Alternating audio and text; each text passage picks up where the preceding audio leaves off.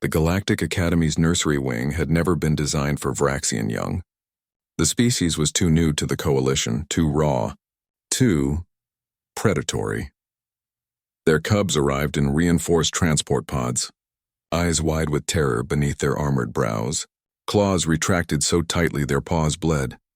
Alia watched from the observation deck as another cub, barely 6 cycles old, hissed at the Deltharian caretaker attempting to offer food. The reptilian educator retreated immediately, her scales flushing pale with instinctive fear. It was the same scene that had played out 17 times since the Vraxian integration began. "They're getting worse," Commander Thalas muttered beside her, his crystalline form refracting the cold station lights. "The cubs won't eat, won't sleep. They just cower and strike out. We've tried every species caretakers. Nothing works." Alia said nothing. She was human, the Academy's first human cadet in this sector, and she'd learned that silence often revealed more than questions ever could. Below, the newest arrival, a female cub named Dren, pressed herself into the corner of her enclosure. Her midnight fur bristled with electricity, a defensive mechanism that had already sent 3 staff members to medical. Her golden eyes darted between every shadow, every movement, searching for threats that existed only in her traumatized mind. "What happened to them?" Alia finally asked. Tholas's light dimmed. "The Vraxians evolved on a death world. Apex predators from birth, but also prey. Their planet has things even they fear. When the Coalition found them, we thought we were saving them from extinction. Instead, we pulled cubs away from their families before they could learn to be unafraid. Now they're trapped between 2 instincts, hunt or hide. And they're choosing hide. Wouldn't you?" Alia descended to the nursery level without requesting permission. She'd spent 3 months at the Academy watching species interact with the careful distance of diplomacy. Everyone was so afraid of offending, of triggering instincts, of making mistakes. It made them predictable. It made them safe. It made them useless to a frightened child. The other caretakers watched as she approached Dren's enclosure. The Deltharian started to protest, but something in Alia's expression stopped her. Humans had a reputation in the Coalition. They were the species that had clawed their way up from a death world without anyone's help, that had mastered nuclear fire before achieving spaceflight, that somehow found ways to make friends with creatures that should have eaten them. They were also the species most likely to do something magnificently stupid. Alia opened the enclosure. Torin stepped inside. Dren's reaction was immediate.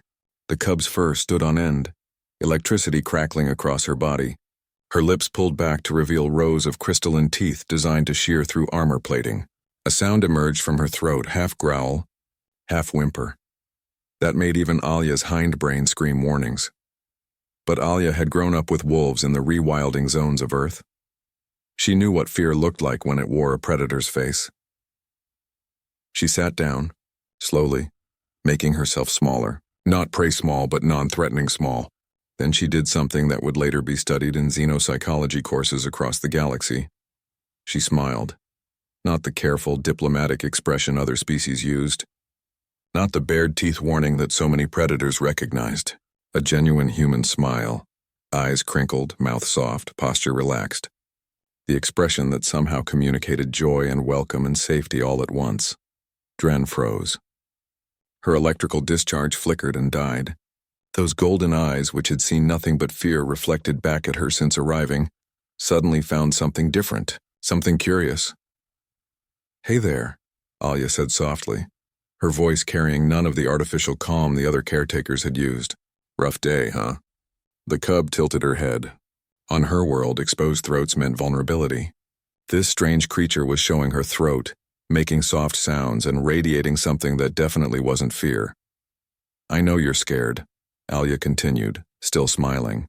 "New place, new smells, everyone looking at you like you're going to explode." Which, fair enough, you kinda can. She gestured at the scorch marks on the walls. "Nice work on those, by the way. Really solid coverage." Dren took a tentative step forward.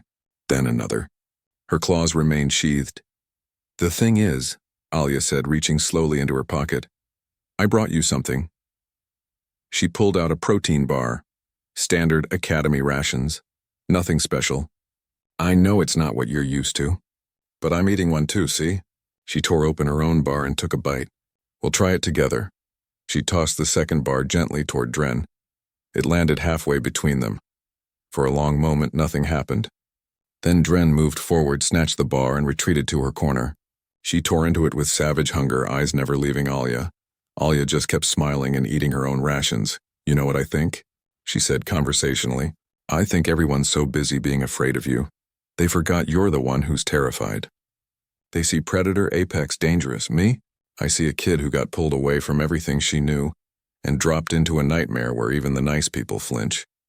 Dren finished her food and crept closer.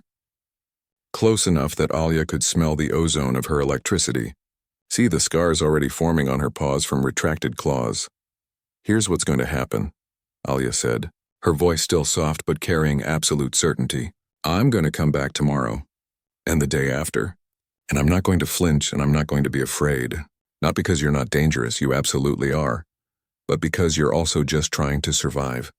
And humans, we're pretty good at understanding that." She stood slowly, making no sudden movements. "Get some sleep, Dren. Tomorrow I'll teach you how we play fetch on Earth. Fair warning, you're going to love it."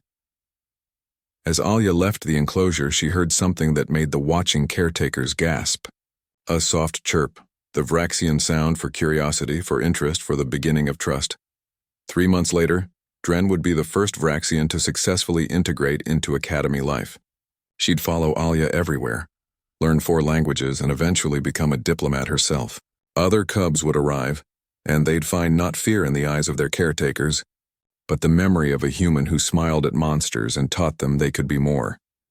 But in that moment, as Alia walked away from the enclosure, she just smiled to herself.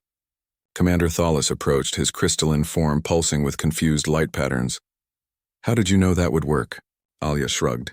"On Earth we have a saying, the only thing we have to fear is fear itself." Dren wasn't dangerous because she was a predator. She was dangerous because everyone treated her like she was. Someone just had to be the first to show her different. That was incredibly reckless. "Probably," Alia admitted, her smile widening. "But that's kind of our thing." Behind them, through the observation glass, Dren curled up in the center of her enclosure instead of the corner. And for the first time since arriving at the academy, she slept.